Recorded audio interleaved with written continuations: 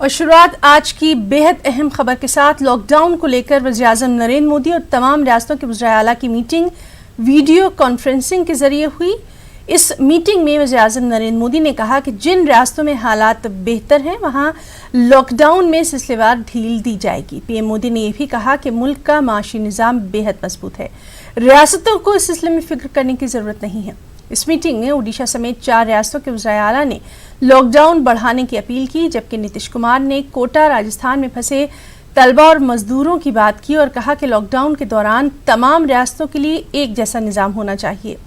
वाज़ेह है कि 3 मई को लॉकडाउन ख़त्म होने वाला है और ऐसे में देखना अहम होगा कि लॉकडाउन को लेकर क्या कुछ फैसला किया जाता है।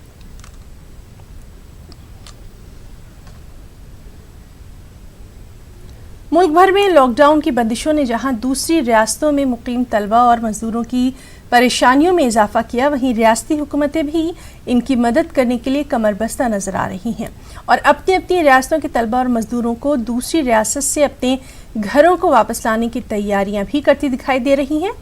मुल्क के मुख्तलिफ शहरों में फंसे मगरबी बंगाल के लोगों को वापस लाने के लिए ममता बनर्जी ने ट्वीट करके कहा कि तमाम लोग वापस लाए जाएंगे। इसके साथ ही उन्होंने इससे मुताल्लिक तमाम अफसरान को हिदायत भी जारी कर दी है।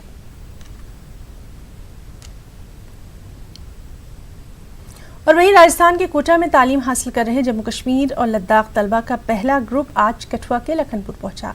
ये ग्रुप 369 तलबा पर मुश्तमिल है। इन तलबा को उनके मुताल्लिका अजला में भेजा जाएगा, इनको क्वारंटीन में रखा जाएगा। तलबा और तालिबात बेहद खुश हैं कि वो अपने घर पहुंच गए हैं। सर क्या नाम आपका? मोहम्मद तनवीर, कारगिल से। अच्छा जी, कोटा में कितने बच्चे आपके साथ हैं? लगभग 50-60 होंगे लद्दाख के। हाँ। कितने दिन से लॉकडाउन थे वहाँ पर? अब कैसे हालात हैं? हालात तो मतलब ठीक, खाना वाना मिल रहा, लेकिन प्रॉब्लम हो रहे थे। जी जी। हाँ। तो अभी कितने दिन के बाद लौट रहे हैं आप? क्या देखते हैं? 1 साल के बाद मतलब। अच्छा, नहीं हाँ। अभी जब से लॉकडाउन हुआ था। हाँ, वो लगभग 30 दिन तो हो गए। हाँ। अभी घर पहुँच के कितना फील कर रहे हैं, कैसा महसूस? हाँ, अच्छा मिल रहा है। हम लोग कोटा में पढ़ाई करते हैं। जी जी। तो कितने दिन से लॉकडाउन में फंसे थे, कैसे हालात हैं? जब से लॉकडाउन शुरू हुआ था तब से ही फंसे हुए थे। तो अभी जब से लाइक उनका वो आया तब अभी वो now you are happy, you are going to home? या वी आर सो हैप्पी। देखिए, हमने 3 दिन पहले यहाँ से 15 बसेस भेजी थी एसआरटीसी की कोटा में। वहाँ के जो स्टूडेंट्स अटके हुए थे, क्योंकि बाकी की सारी स्टेट्स के बच्चे वो चले गए थे, ये थोड़ा सा इंसिस्ट कर रहे थे कि हमें भी लेने के लिए बसेस आएँ। इनमें 300 लगभग स्टूडेंट्स हमने रिसीव किए हैं और 213 बच्चे जो है श्रीनगर बाउंड थे, जो 8 बसेस में हमने अभी आपके सामने रवाना कर दिए। इनमें 5 करगिल के वो लोग भी बच्चे भी हैं जो प्राइवेट व्हीकल में जा रहे हैं, जो पहले से यहाँ पर स्टैंडर्ड थे, जिन्होंने 14 डेज़ का क्वारंटाइन पीरियड अपना पूरा कर लिया है। और ये सारे के सारे जितने भी स्टूडेंट्स हैं, सारे के सारे कोटा से आने वाले एडमिनिस्ट्रेटिव क्वारंटाइन में भेजे जाएंगे। कंसर्न डिप्टी कमिश्नर्स को ये सूचना दे दी गई है। कल 28 नए मामले सामने आने के बाद जम्मू कश्मीर में कोरोना के मुस्बित केसों की तादाद 524 तक जा पहुंची है। कोरोना से मरने वालों की तादाद 7 है। कोरोना के अब तक 137 मरीज सेहतियाब हो चुके हैं। बांडीपुरा में कोरोना के सबसे ज्यादा मुस्बित केसेस सामने आए हैं। अब तक 124 अफराद कोरोना पॉजिटिव पाए गए। इस बीच पूरे कश्मीर में मुकम्मल लॉकडाउन जारी है। सिर्फ इमरजेंसी खिदमात की गाड़ियों को ही आने जाने की इजाजत है।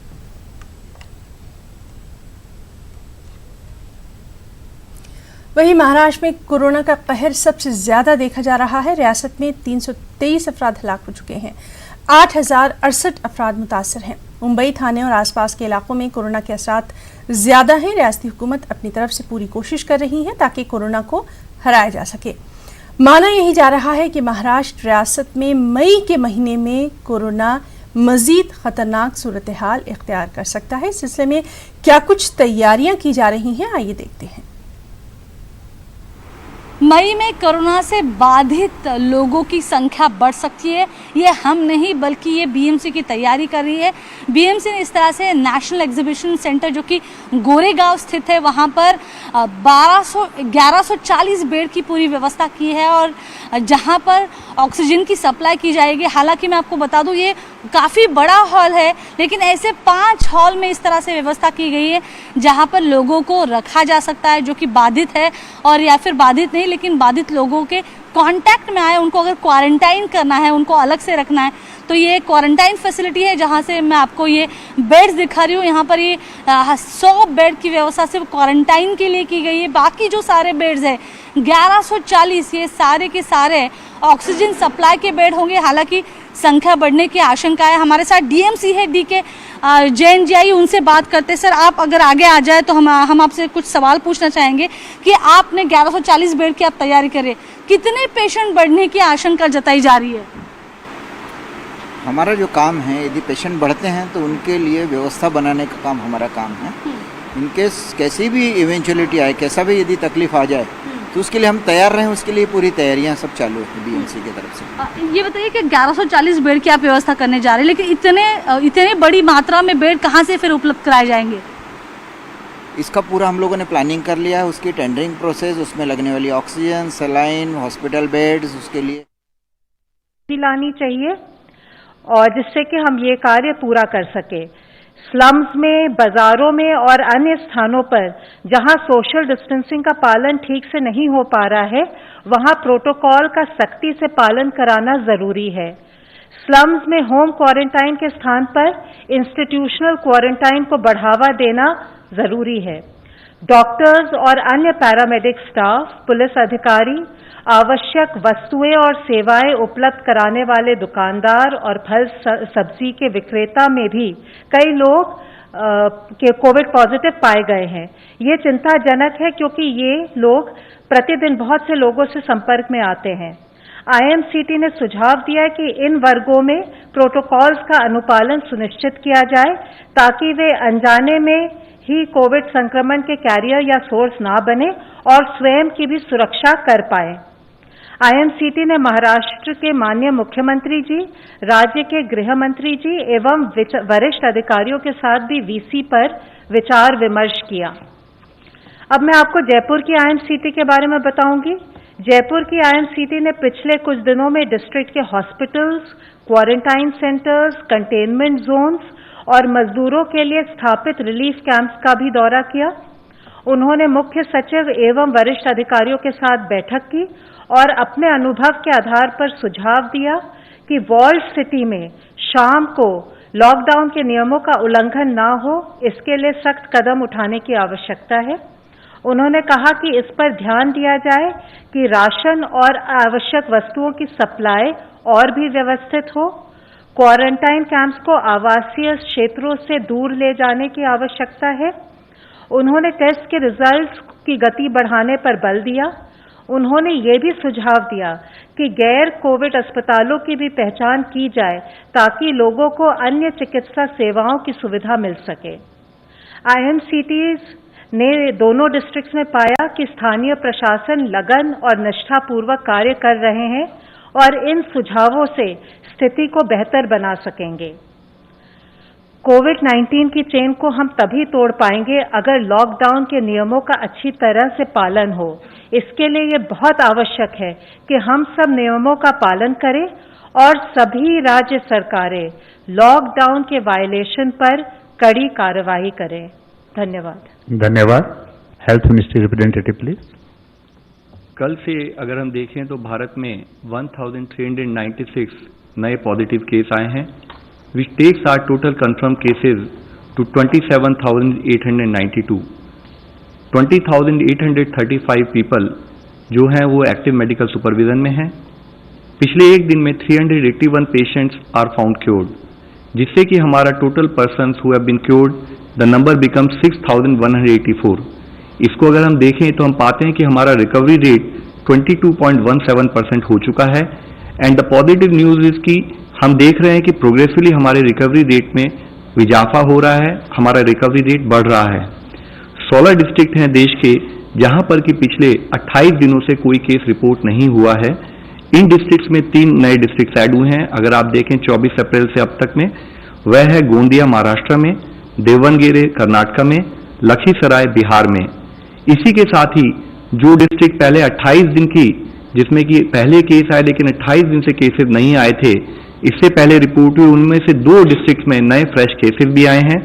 वह है पीलीभीत उत्तर प्रदेश में और SPS डिस्ट्रिक्ट पंजाब के अंदर। टोटल ऐसे 85 डिस्ट्रिक्ट हैं 25 स्टेट्स और यूनियन टेरिटरीज में जहां पर कि पिछले 14 दिनों से कोई केस रिपोर्ट नहीं हुआ है। यह हम लोगों को जानना होगा, फॉलोअप करना पड़ेगा कि हम अपनी विजिल को कॉन्स्टेंटली उसी मोमेंटम से बनाए रखें ताकि इन डिस्ट्रिक्ट की संख्या बढ़े और इन डिस्ट्रिक्ट में कोई नया केस ना आए। आज माननीय प्रधानमंत्री जी ने सभी राज्यों के मुख्यमंत्रियों के साथ वीडियो कॉन्फ्रेंस के जरिए बातचीत भी की। उन्होंने राज्य के मुख्यमंत्री से कहा कि वह सजग रहें, सचेत रहें। रेड जोन और ऑरेंज जोन में पड़ने वाले सभी जिलों में सख्ती रखते हुए chain of transmission of virus इसको ब्रेक किया जाए। ग्रीन जोन में जिला एडमिनिस्ट्रेशन सर्विलेंस पर फोकस रखते हुए अलर्ट रहे ताकि उस जिले में यह संकट प्रवेश न करे। कोरोना ग्रसित होना कोई स्टिग्मा नहीं है। जितनी जल्दी सच्चाई का सामना होगा उतनी जल्दी ही और उतने ही अप्रोप्रिएट तरीके से उसका समाधान होगा।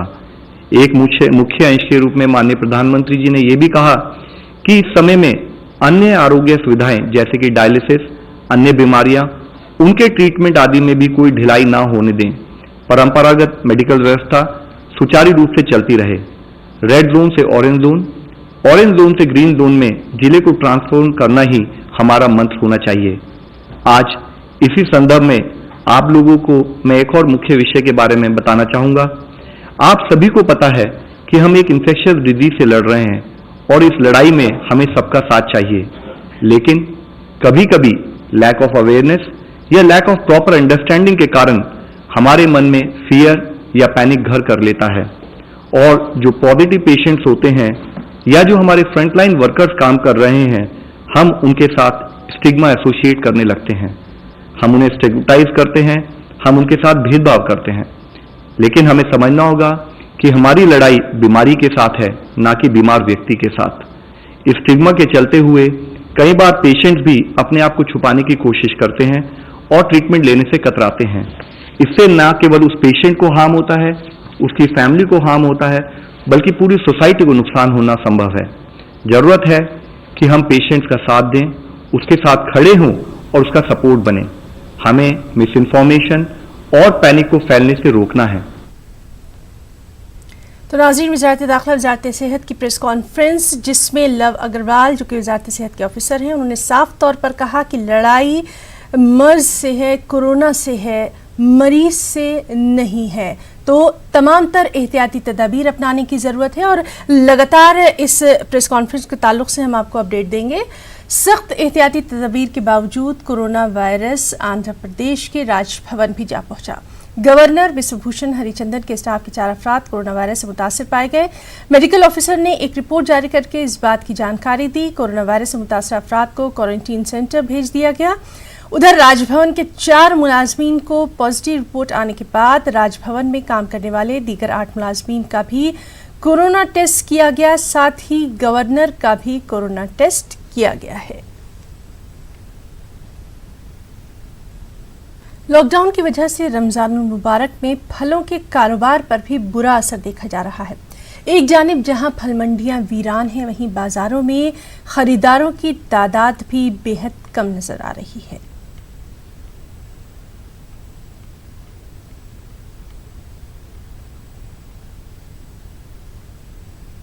हाँ, तो रमजान में ऐसे भी अच्छा बिक्री होता था। लॉकडाउन की वजह से आदमी निकल नहीं रहा और बिक्री है भी नहीं। अब रेट का बात है, रेट का बढ़ोतरी है भी नहीं, रेट बिल का और कम ही है, लोग निकल नहीं रहे और कोई बात नहीं है। जैसे माल तो बहुत कम के बराबर है, बाहर से भी आ भी रहा 2-4, ज़्यादा तो आ नहीं रहा।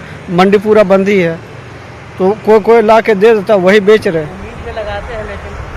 उम्मीद तो पूरा उम्मीद में रोड में है सर, उम्मीद तो है पूरा, लेकिन ग्राहक निकल नहीं रहा। बहुत ही अच्छा रहता था, रमज़ान का इंतजार हम लोग करते थे, फल वाला लोग सब। लेकिन इस बार ऐसा हुआ कि फल तो दूर का चीज़ है, कुछ भी मतलब दुकानदारी एकदम ख़राब हो गया है। पहले यहाँ पे केला का, संतरा का, मौसमी का और भी जितना फल है कम से कम 10 गाड़ी या 12 गाड़ी रहता था, लेकिन अभी हफ्ते में 1 गाड़ी भी नहीं बिक पा रहा क्योंकि कस्टमर ही नहीं निकल रहा। हम लोगों को टाइम बहुत कम दिया गया है हरमो मंडी को, सुबह 4 से 7 है, तो माल आदमी उतारेगा कब, बेचेगा कब, टाइम नहीं मिल पा रहा, मतलब नहीं के बराबर है। और लॉकडाउन करना भी बहुत ज़रूरी है, सरकार का आदेश है।